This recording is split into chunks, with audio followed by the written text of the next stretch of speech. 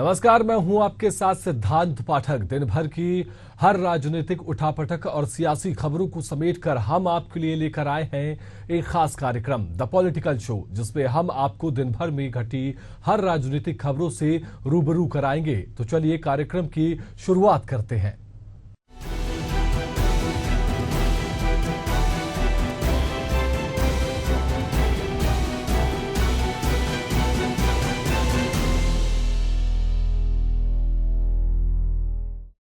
संसद में सोमवार को उत्तर प्रदेश के 2 सांसदों ने केंद्रीय शिक्षा मंत्री धर्मेंद्र प्रधान को पेपर लीक मामले पर बुरी तरह से घेर लिया। हालांकि बाद में केंद्रीय मंत्री ने जवाब देने की कोशिश की, लेकिन उनके उत्तर के बाद सदन में हंगामा हो गया। सदन में इस दौरान क्या कुछ हुआ, देखिए ये खास रिपोर्ट।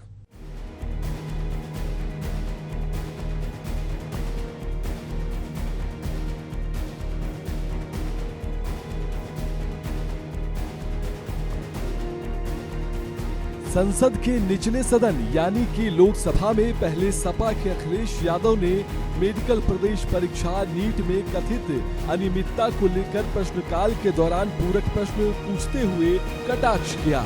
उन्होंने कहा कि यह सरकार किसी और का रिकॉर्ड बनाए या न बनाए, पर पेपर लीक का रिकॉर्ड जरूर बनाएगी। अखिलेश यादव ने आगे कहा कि क्या उन छात्रों की सूची जारी की जाएगी जिनके सबसे ज्यादा नंबर आए हैं। कुछ परीक्षा केंद्रों पर 2000 से ज्यादा बच्चे पास हो गए हैं। सपा सांसद ने आगे धर्मेंद्र प्रधान पर निशाना साधते हुए यह भी कहा कि यह मंत्री रहेंगे तो बच्चों को न्याय नहीं मिलेगा। अध्यक्ष महोदय, ये सरकार किसी और का रिकॉर्ड बनाए न बनाए, लेकिन पेपर लीक का रिकॉर्ड जरूर ये सरकार बनाएगी। अध्यक्ष महोदय, मुझे इसके बैकग्राउंड में नहीं जाना है कि पूछें। अध्यक्ष महोदय, मुझे बैकग्राउंड में नहीं जाना है कि कब कैसे किस संस्था को बनाया गया है। पूरे देश के छात्र इस पे आंदोलित थे। लगातार अखबार और सीबीआई की जांच के बाद चीजें सामने आ रही हैं, लोग पकड़े जा रहे हैं, जेल भेजे जा रहे हैं। मैं अध्यक्ष महोदय आपके माध्यम से पूछना चाहता हूं मंत्री जी से, क्या सेंटर वाइज जिन बच्चों को सबसे ज्यादा नंबर मिले हैं, क्या उसकी सूची जारी करेंगे? 30,000 सीटें जहां हैं, कई सेंटर अध्यक्ष महोदय ऐसे हैं जहां 2000, 2500 बच्चे पास हो गए हैं। सरकारी सीटें 30,000 हैं। कई सेंटर में 2000 से ज्यादा पास हो गए। कई प्रदेश के ऐसी जगह है जहां पर कुछ सेंटर से 600 से 650 से ज्यादा सबसे ज्यादा नंबर हैं। और अगर वो संस्था इतनी क्रेडिबल थी तो अध्यक्ष महोदय जिन सेंटर्स पे ये परीक्षा हुई उन सेंटर्स का इंफ्रास्ट्रक्चर क्या था? क्या मंत्री जी ने जानकारी की थी इस बात की? अध्यक्ष महोदय, मेरे आपके माध्यम से एक ही निवेदन है कि बिना ये मंत्री जी रहेंगे तो न्याय नहीं मिलेगा बच्चों को। आगे लोकसभा में विपक्ष के नेता और रायबरेली से कांग्रेस सांसद राहुल गांधी बोले कि ये नीट की दिक्कत नहीं है, ये गंभीर समस्या देश के सभी प्रमुख परीक्षाओं की है। केंद्रीय शिक्षा मंत्री ने सबकी खामी गिनाई, पर उन्होंने खुद की कमी नहीं बताई। देश के लोगों का मानना है कि भारत का परीक्षा तंत्र फर्जी है। राहुल गांधी के मुताबिक लाखों लोगों को लगता है कि अगर आप अमीर हैं, तब आप भारत की परीक्षा व्यवस्था को खरीद सकते हैं, और यही सोच विपक्ष भी रखता है। हालांकि दोनों सांसदों की टिप्पणियों के बाद सदन में धर्मेंद्र प्रधान ने जवाब दिया। वह बोले कि सुप्रीम कोर्ट के आदेश पर पिछले 3 दिन में छात्रों की सूची सार्वजनिक पटल पर उपलब्ध कराई गई है। As this is a systemic issue, what exactly are you doing to fix this issue at a systemic level? Yes. That's the first question. विपक्ष के सवालों के जवाब में धर्मेंद्र प्रधान ने पलटवार करते हुए कहा कि मुझे मेरे राज्य की स्वीकृति मिली हुई है। मुझे इस सदन में किसी से बौद्धिक स्तर पर या संस्कार की सर्टिफिकेट की जरूरत नहीं है। वह आगे बोले कि केरल के विद्यार्थियों ने भी अच्छा प्रदर्शन किया, तो क्या हम कहेंगे कि वहाँ कुछ गड़बड़ी हुई? SC, ST और ग्रामीण इलाकों के और आर्थिक रूप से पिछड़े बच्चों ने अच्छा प्रदर्शन किया है। क्या हम उनकी मेधावी को चुनौती देंगे? केंद्रीय शिक्षा मंत्री धर्मेंद्र प्रधान ने पलटवार करते हुए कहा कि वह सदन में उन पेपर लीक मामलों की पूरी सूची रख सकते हैं जो अखिलेश यादव के उत्तर प्रदेश के मुख्यमंत्री रहते हुए थे। वह आगे बोले, अखिलेश यादव जब यूपी में सीएम थे उस समय की पूरी सूची है कि कितनी बार पेपर लीक हुए थे। जो शिक्षा है, मेरे जो संस्कार है, मेरे जो सामाजिक जीवन है, मेरे को मेरे राज्य की, मेरे सूबे की जनता की स्वीकृति मिली है। मैं किसी की, मेरे बौद्धिक और मेरे संस्कार की सर्टिफिकेट मेरे को सारी सदन में किसी से नहीं चाहिए। देश की प्रजातंत्र में चुन के मेरे नेता प्रधानमंत्री मोदी जी को प्रधानमंत्री की भूमिका दिया है। मैं उनकी निर्णय से यहाँ उत्तर दे रहा हूँ सदन को। बाकी ये कहना चिल्लाने से सच झूठ नहीं हो जाएगा साहब। ये जो कहा गया देश की अभी की एग्जामिनेशन सिस्टम रबिश है सर, इससे दुर्भाग्यजनक बयान देश की नेता प्रतिपक्ष का कुछ नहीं हो सकता है सर। मैं कठोर शब्द से उसको निंदा करता हूं। बाकी रहा, मैं सर आपके सामने, आपके माध्यम से देश के सामने सर एक तथ्य रखता हूं सर। जिन्होंने रिमोट से सरकारें चलाई है, 2010 में 3 बिल आया था सर शिक्षा सुधार के लिए। उन्हीं की पार्टी के नेता आदरणीय कपिल सिब्बल साहब 3 बिल लाए थे। उसमें से एक बिल था एजुकेशन, उसमें एक बिल था prohibition of unfair practice bill 2010, जिसकी उद्देश्य एजुकेशन इंस्टीट्यूशन में माल प्रैक्टिस को बंद करना। सर मेरे सरकार की हिम्मत है, अभी हमने पब्लिक एग्जामिनेशन की रेगुलरिटीज में बिल लाए, कानून बनाए। क्या मजबूरी था कांग्रेस पार्टी की, क्या मजबूरी था नेता प्रतिपक्ष की? उन्होंने उस बिल को उल्टा किया, किसके दबाव में उल्टा किया? क्या निजी मेडिकल कॉलेज की दबाव में, उनकी घूसखोरी की दबाव में उन्होंने उस बिल को उल्टा किया था? सच सुनने की सामने ही है। ये मैं किसी की विद्वता पे प्रश्न नहीं उठाता हूं, लेकिन सच 2010 में शिक्षा सुधार की बिल उन्हीं की सरकार ने लाया था, दबाव में उन्होंने उल्टा किया। ये हमको प्रश्न पूछते हैं। शिक्षा मंत्री के जवाब के बाद संसद में हंगामा होने लगा। स्पीकर ओम बिरला के कहने पर भी सांसद कुछ देर तक चुप नहीं हुए, जिसके बाद स्पीकर ने जोर देकर कहा, हम अगर सभी परीक्षाओं पर सवाल उठाएंगे तब यह पास होने वाले बच्चों के साथ भारत के परीक्षा तंत्र पर सवाल खड़ा करेगा। आरोप प्रत्यारोप के लिए सदन नहीं है, बेहतर सुझाव आने चाहिए। लोकसभा में विपक्ष के नेता राहुल गांधी ने संसद के बाहर कहा कि शिक्षा मंत्री धर्मेंद्र प्रधान को जवाब देना चाहिए था। उन्होंने सुप्रीम कोर्ट और पीएम मोदी के बारे में बात की, लेकिन वो यह नहीं बता पा रहे हैं कि वह इस पर क्या कर रहे हैं। नीट युवाओं के लिए बहुत महत्वपूर्ण मुद्दा है। हमने हमेशा सदन में चर्चा की मांग की है, लेकिन सरकार इसमें दिलचस्पी नहीं ले रही है। हम इस मुद्दे को उठाते रहेंगे और सरकार पर दबाव बनाते रहेंगे। मंत्री जी को रिस्पांस देना चाहिए। मंत्री जी ने सुप्रीम कोर्ट की बात करी, प्रधानमंत्री की बात करी, मगर मंत्री जी को शायद ये बातें समझ नहीं आ रही हैं और वो ये नहीं बता पा रहे हैं कि वो इसके बारे में क्या कर रहे हैं। और सवाल का जवाब नहीं दिया। सर, एक और सवाल आरएसएस को लेकर के आप पहले भी बोलते रहे हैं। नहीं, अभी मेरा नीट पे फोकस है, क्योंकि ये बहुत जरूरी मुद्दा है युवाओं के लिए और उनको काफी मुश्किल हो रही है। हमने कहा था कि इस पे डिस्कशन होना चाहिए और सरकार इंटरेस्टेड नहीं है, मगर हम इस मुद्दे को उठाते रहेंगे और सरकार पे दबाव डालेंगे। नीट पर चल रहा विवाद सड़क के बाद अब संसद तक जा पहुंचा है। उधर दूसरी तरफ सुप्रीम कोर्ट में भी लगातार सुनवाई चल रही है, लेकिन युवाओं से जुड़ा ये मामला अभी हाल फिलहाल थमने का नाम नहीं लेगा, क्योंकि सत्ता पक्ष के सामने इस बार विपक्ष कमजोर नहीं है बल्कि मजबूत है और सरकार को बार बार विपक्ष के हमले झेलने पड़ेंगे। Bureau report, Asia news. Sawan का महीना शुरू हो गया है और इसी के साथ शुरू हो गई है पवित्र कांवड़ यात्रा।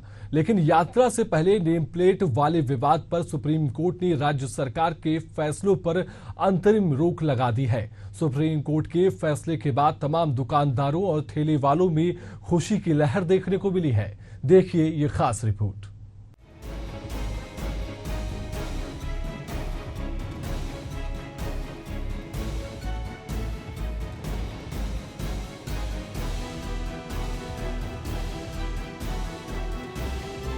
सुप्रीम कोर्ट ने सोमवार को उत्तर प्रदेश की योगी सरकार को बड़ा झटका दिया।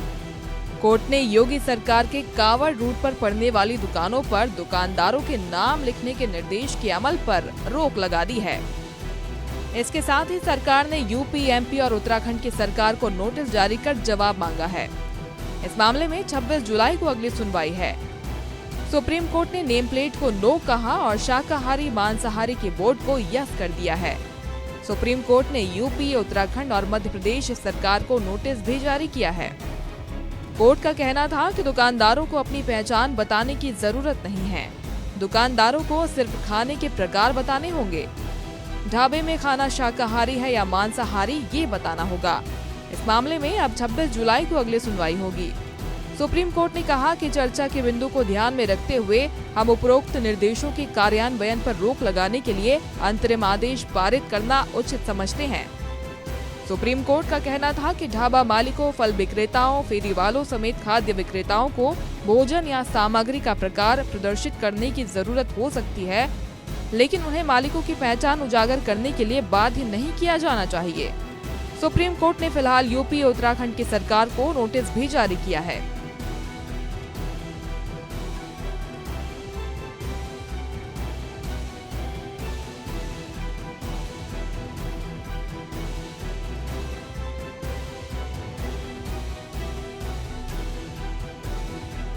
सुप्रीम कोर्ट का हम शुक्रिया अदा करते हैं और बहुत अच्छा लग रहा है। सुप्रीम कोर्ट ने हमारे हक में फैसला करा है, बहुत अच्छा लग रहा है। करना पड़ रहा था इसे लेकर के जब ये बोर्ड लगे थे? बस दिक्कत तो कुछ नहीं थी, लेकिन थोड़ा सा वो तो पड़ ही रहा था, फर्क काम पर फर्क था। और अब जैसे बोर्ड हट गए हैं अब फर्क नहीं पड़ेगा, अब जैसे सही चलेगा काम पहले ही जैसे ही। बहुत ऐतिहासिक फैसला है न्यायालय का, बहुत खुशी महसूस हो रही थी। बोर्ड हटा दिया है? हाँ जी, हटा दिया है। और 26 तारीख तक अभी तो ये बात की रखी गई है, क्या परमानेंट हट जाना चाहिए? परमानेंट हट जाने चाहिए जी, ये तो भेदभाव था। देखो काम पर किस तरीके का असर पड़ रहा था इस बोर्ड? हाँ, इससे प्रभाव पड़ रहा था, बहुत गलत असर पड़ रहा था कारोबार पे, घट गई थी दुकानदारी जी। घट गई थी जी। अब जैसे बोर्ड हटा दिए गए हैं और कांवड़ यात्रा चल रही है, वहाँ काम ठीक रहेगा? हाँ, इंशाल्लाह काम ठीक रहेगा। इससे पहले सुनवाई के दौरान याचिकाकर्ता के वकील ने कहा, अभी ये फैसला 2 राज्यों में हुआ है, 2 राज्य और इसे करने वाले हैं। अल्पसंख्यक और दलितों को अलग थलग किया जा रहा है। इस पर दूसरी याचिकाकर्ता महुआ मोइत्रा के वकील अभिषेक मनु सिंघवी ने कहा, ये स्वैच्छिक नहीं अनिवार्य है। वकील सीयू सिंह ने कहा कि पुलिस को ऐसा करने का कोई कानूनी अधिकार नहीं है। हरिद्वार पुलिस का आदेश देखिए, कठोर कार्रवाई की बात कही गई है। यह हजारों किलोमीटर का रास्ता है, लोगों की आजीविका प्रभावित की जा रही है। सुप्रीम कोर्ट के फैसले के बाद विपक्ष सरकार पर हमलावर है। सपा प्रमुख अखिलेश यादव ने कहा, जिस समय मुझे जानकारी मिली थी तभी मैंने कहा था कि सुप्रीम कोर्ट स्वयं इसे संज्ञान में ले और ऐसी कार्रवाई को रोके। जैसे दिया बुझने से पहले फड़फड़ाता है, ये सांप्रदायिक राजनीति का दिया फड़फड़ा रहा है, इसीलिए ऐसे फैसले ले रहे हैं। सांप्रदायिक राजनीति खत्म होने जा रही है, इसका दुख भाजपा को है। नाकामी बारिश से भी नहीं बचा पा रही सरकार। सरकार की ये नाकामी है कि बारिश से भी नहीं बचा पा रही, सोचिए। और मैं जिस समय मुझे जानकारी मिली थी कि इस तरह का सरकार का आचरण है, उसी समय मैंने कहा था कि सुप्रीम कोर्ट स्वयं इस बात को संज्ञान में ले और ऐसे कार्रवाई को रोके। जैसे दिया बुझने से पहले फड़फड़ाता है, जो सांप्रदायिक राजनीति खत्म हुई है, ये सांप्रदायिक राजनीति का दिया फड़फड़ा रहा है, इसलिए फैसला ले रहे हैं। इसीलिए फैसला चाहे इस बात का लिया जा रहा हो कि दुकानों में या और संस्थाओं में नाम लिखा जाए। मुझे उम्मीद है कि सुप्रीम कोर्ट जब इस बात पर चर्चा करेगा और संज्ञान में जब लिया है, तो ऐसे कई कदम सरकार उठाएगी, क्योंकि जब सांप्रदायिक राजनीति खत्म होती है तो इसी तरीके से फड़फड़ाएंगे ये लोग। और उसी तरीके से आपने देखा होगा कितने दिनों लगा हुआ प्रतिबंध, उस पाबंदी को भी हटा दिया है।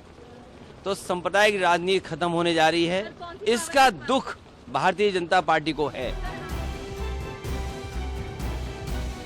वहीं केंद्र सरकार में साथ देने वाली जेडीयू ने भी सुप्रीम कोर्ट के फैसले का स्वागत किया है।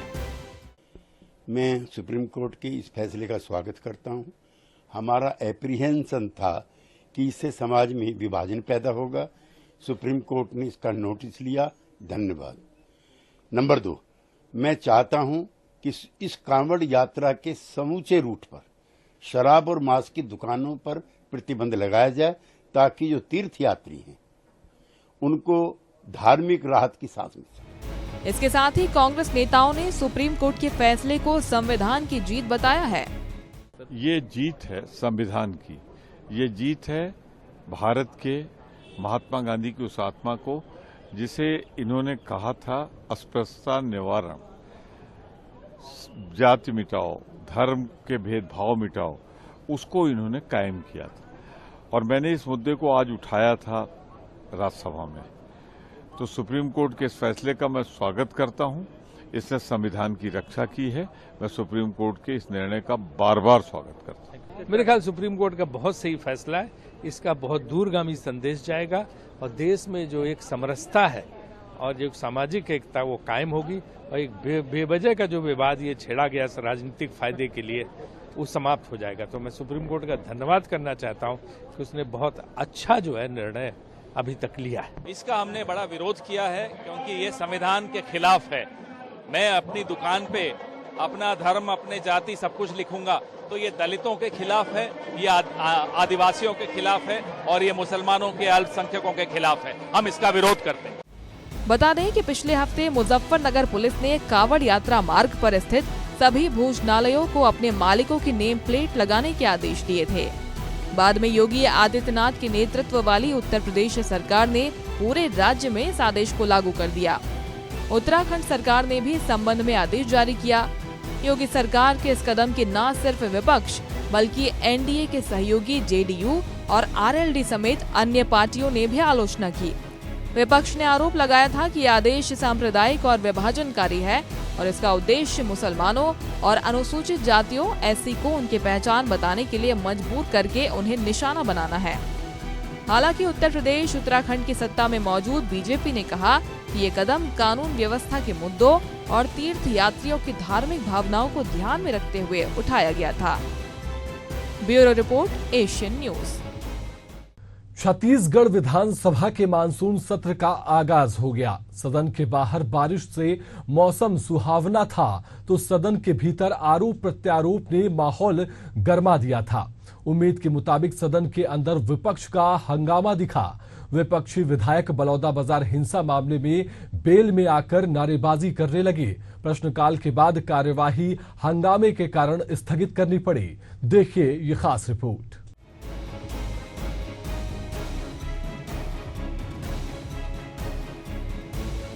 छत्तीसगढ़ विधानसभा में मानसून सत्र का पहला ही दिन हंगामेदार रहा।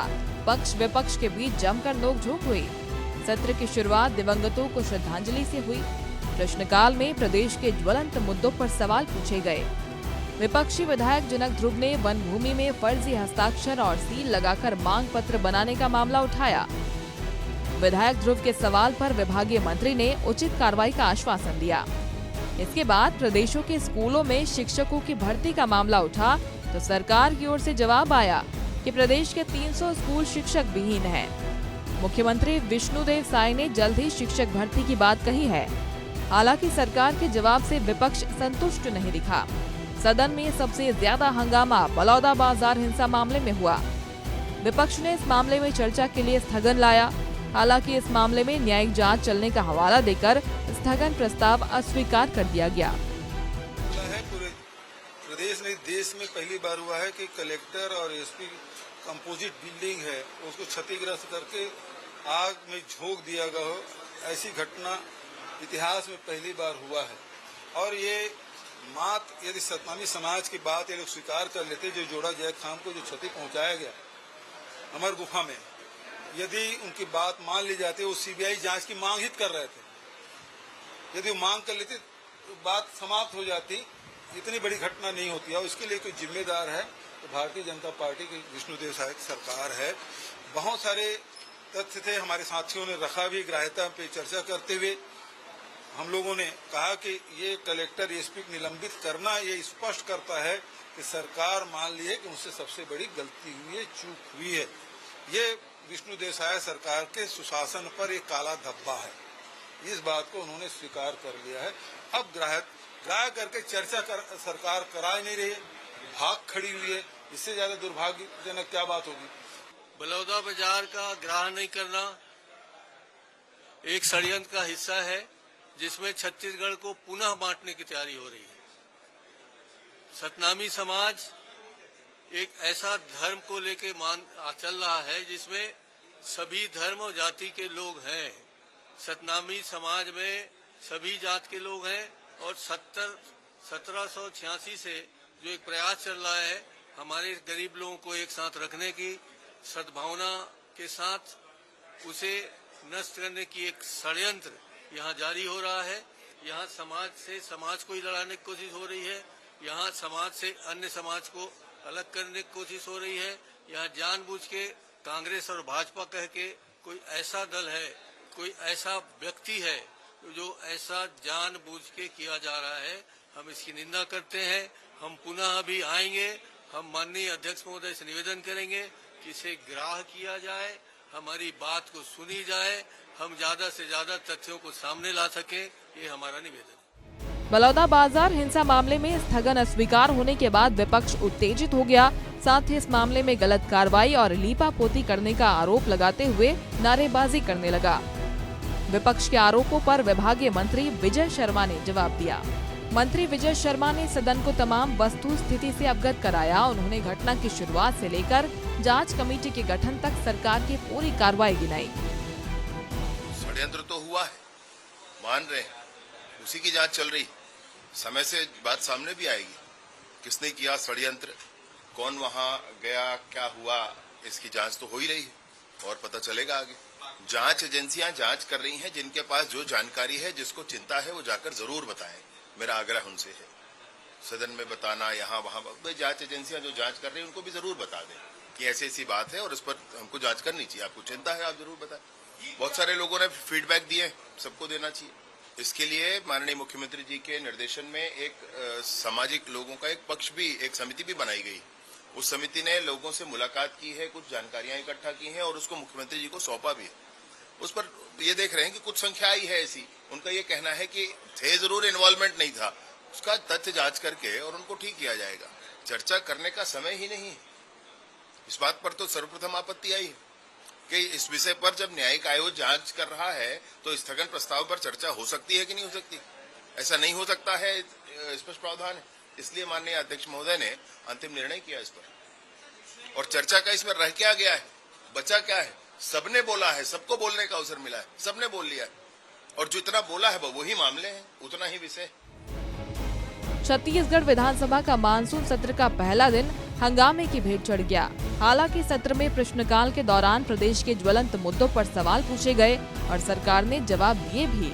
आने वाले दिनों में अभी सरकार के कई काम बाकी है, लेकिन पहले दिन ही विपक्ष ने अपने तेवर दिखाकर बता दिया है कि मानसून सत्र में वे सत्ता पक्ष को घेरने के लिए पूरी प्लानिंग में है। एशियन न्यूज के लिए शशिकांत साहू की रिपोर्ट। हमारे इस खास कार्यक्रम द पॉलिटिकल शो में फिलहाल के लिए इतना ही। आप देखते रहिए एशियन न्यूज। नमस्कार।